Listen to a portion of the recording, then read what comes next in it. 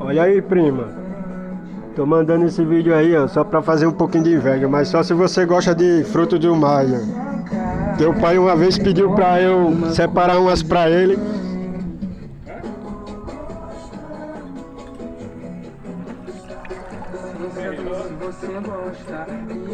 Dá valor a frutos do mar? Aqui tem, viu?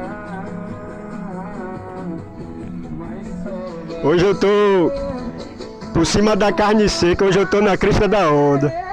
Falou, beijão, abraço.